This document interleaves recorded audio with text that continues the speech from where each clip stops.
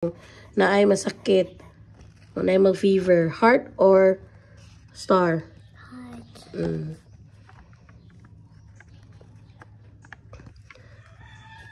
Next, number 3. Nanalangin ka kung gusto ng maraming pera. Mag-pray ka nga, Lord, pagi kong daghan money. Heart.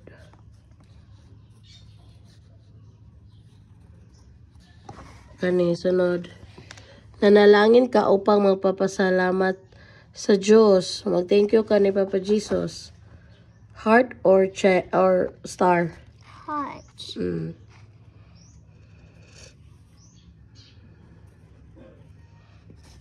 Puro heart.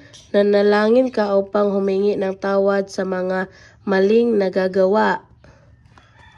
Nag-pray ka kay para magkuan ka kanang say sorry ka ni Jesus. Heart. Kay naa kay mga bati na gibuhat. Na kay mga wrongdoings, mga mistake. Okay. Puro heart. Puro heart. Kani, pagtambalin ang larawan sa paraan ng paglilinis ng paligid o bakuran. Sige. Basahan na. A.